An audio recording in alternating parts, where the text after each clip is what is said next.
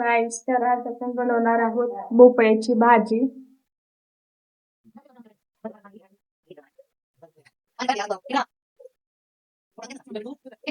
हे बघा, आता भोपळा सगळं चिरून घेतले मी आता बघा, हे तर मी मिरची आणि लसूण मीठ बारीक करून घेतले. हे टाकणार आपण भोपळ्याला.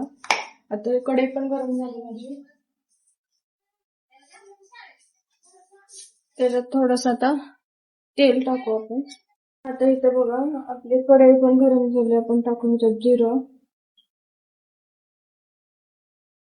टाकून हे बघा, आता हे झालं भाजून. हे टाकू आपण हळद.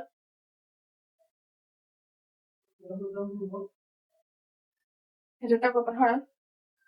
हे बघा,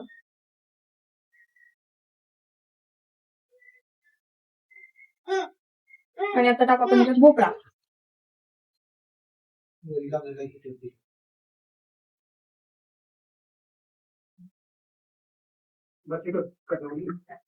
हे बघा, आता हे टाकून झालं आपलं.